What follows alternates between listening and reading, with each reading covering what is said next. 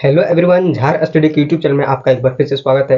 आइए हम लोग आज के इस वीडियो में मैं क्यों लिखता हूँ के सारे प्रश्नों को सॉल्व करेंगे। वीडियो में अंत तक बने रहिए। आइए वीडियो स्टार्ट करते हैं। तो देखिए, पहला सवाल हमारे सामने है, मैं क्यों लिखता हूँ। ठीक है, जिसका पहला है, लेखक के अनुसार प्रत्यक्ष अनुभव की अपेक्षा अनुभूति उनके लेखन में कहीं अधिक मदद करती है। क्यों? यानी कि लेखक पूछना चाहते हैं कि और बताते हैं कि अनुभव की अपेक्षा, माने कि जो अनुभव करते हैं उसकी अपेक्षा में अनुभूति उनके लेखन कार्य में क्या होता है, उसको अधिक मदद मिलता है। मतलब अनुभूति से उसको ज्यादा लिखने में आसानी होता है अनुभव के तुलना में। ऐसा किस लिए होता है? देखिए, आंसर हो जाएगा, लेखक के अनुसार प्रत्यक्ष अनुभव की अपेक्षा अनुभूति उनके लेखन में अधिक मददगार होती है, क्योंकि एक कृतिकार के लिए प्रत्यक्ष अनुभव से अनुभूति गहरी चीज है।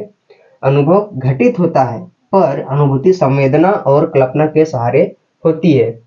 देखिए, क्या बोला जा रहा है, क्योंकि एक कृतिकार के लिए, मतलब एक जो लेखक हैं या राइटर हैं, जो एक कृतिकार जो रचना करते हैं, कृतिकार बोला गया है जो रचना करते हैं, लिखते हैं। ठीक है, एक कृतिकार के लिए प्रत्यक्ष अनुभव से, मतलब जो सामने देखा या सामने अनुभव किया, उससे ज्यादा अनुभूति गहरी चीज है। यानी कि अनुभूति गहरी चीज है, इसलिए लेखन कार्य में आसानी होता है। आगे फिर बोल रहा है, अनुभव घटित होता है, पर अनुभूति संवेदना और कल्पना के सहारे होती है।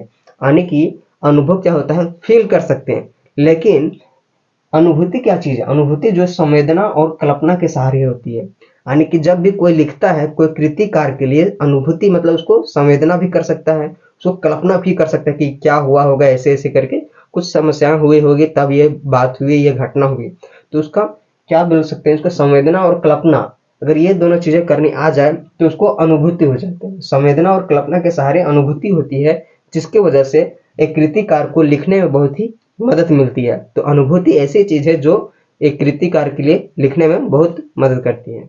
तो आइए अब हम लोग बढ़ते हैं नेक्स्ट सवाल, जो कि दूसरा है, जिसमें बोला जा रहा है, लेखक ने अपने आप को हिरोशिमा के विस्फोट का भोक्ता कब और किस तरह महसूस किया। यानी कि क्वेश्चन पूछा जा रहा है कि लेखक अपने आप को हिरोशिमा का जो विस्फोट हुआ उसका एक प्रकार से भोक्ता या फिर उसका एक प्रकार से अपने आप को किस प्रकार से महसूस किया, कब महसूस किया। ठीक है, तो देखिए आंसर हो जाएगा, लेखक ने एक दिन हिरोशिमा के सड़कों पर घूमते हुए एक जले हुए पत्थर में उजला मनुष्य का छवि देखा था।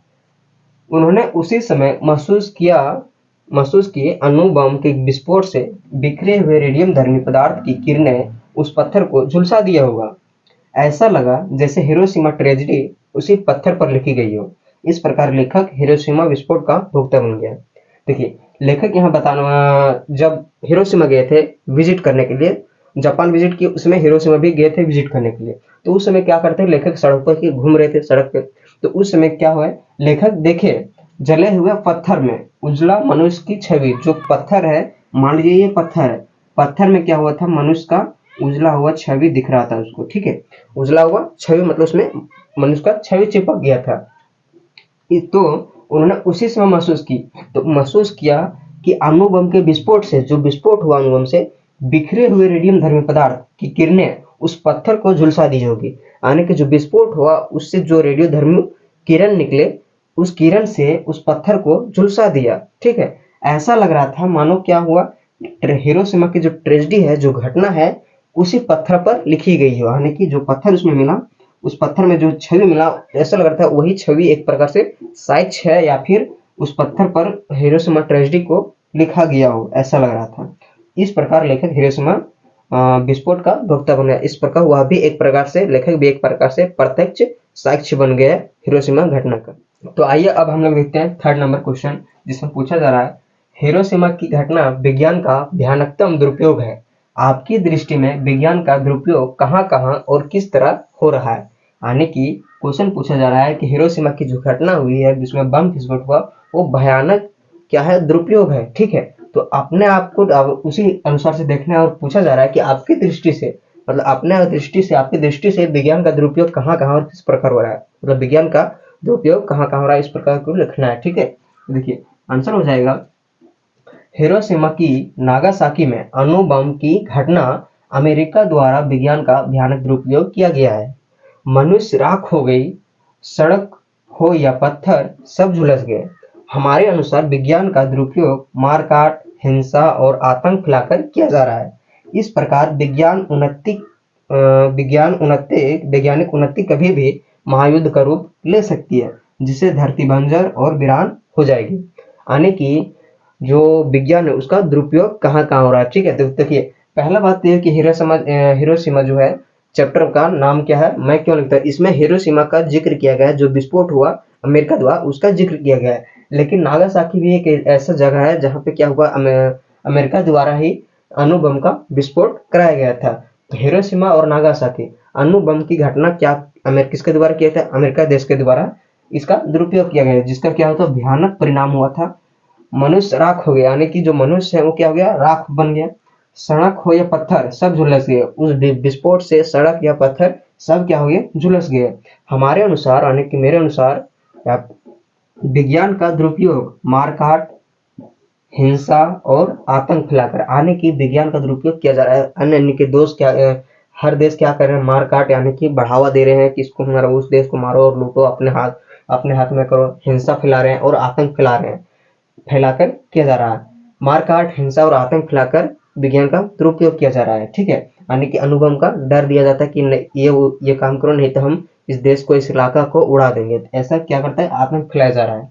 इस प्रकार वैज्ञानिक उन्नति कभी भी, इस प्रकार वैज्ञानिक जो उन्नति है, जो बम बने और गोला वगैरह बने, जो भी विस्फोटक पदार्थ बने हैं, उसका महायुद्ध का रूप ले सकता है। वो जो वैज्ञानिक प्रगति हुआ है, उन्नति हुआ है, वो क्या होता है, एक प्रकार से महायुद्ध का रूप ले सकता है, अगर मारकाट, हिंसा और आतंक हर समय मतलब लगातार बढ़ते जाएगा, तब क्या करेगा, एक प्रकार से महायुद्ध का रूप ले लेगा। जिससे क्या होगा, जिससे धरती बंजर और वीरान हो जाएगी, जिससे क्या हो जाएगा, बहुत ही महायुद्ध होगा और बड़े बड़े क्या विस्फोटक पदार्थ चलेंगे, तो क्या होगा, धरती वीरान हो जाएगा और बंजर भी हो जाएगी। आइए अब हम लोग चैप्टर के अंतिम क्वेश्चन की ओर बढ़ते हैं, जिसका जो है हमारा 4th नंबर, ठीक है। इसमें पूछा जा रहा है, कुछ रचनाकारों के लिए आत्मानुभूति या स्वयं के अनुभव के साथ साथ बाह्य दबाव भी महत्वपूर्ण होते हैं।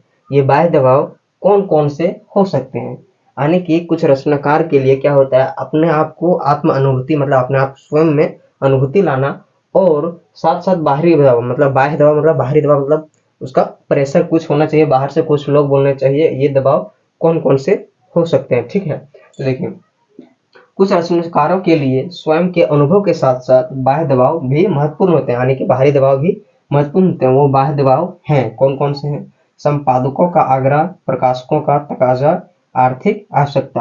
यानी कि पहला ये हो जाएगा संपादक का आग्रह, मतलब कोई भी राइटर है, मान लीजिए मान लीजिए हम ही राइटर हैं, तो जो संपादक है, जो किताब को छापता है, वो क्या करेगा, हमसे आग्रह करेगा, ठीक है। संपादक जो है, जो किताब छापता है, वो हमसे आग्रह करेगा कि आप लिखिए, ताकि हम अपना जो संपादन कर सकें और अपने आप जो है उसको प्रोडक्शन उसको बेच सकें, आपकी किताबों को बेच सकें। यानी कि जो लिखता जो छापता है वो एक राइटर को, एक कृतिकार को आग्रह करेगा कि आप एक किताब लिखिए या फिर कुछ भी रचना कीजिए, पहला हो गया। दूसरा हो गया प्रकाशकों का तकाजा, यानी कि जो प्रकाशक रहते प्रकाशन करते हैं उसका तकाजा, वो क्या करेगा, बोलेगा कि आपको छापना है, इतने टेंडर दे दिए हैं, उसको छाप के रचना करना है।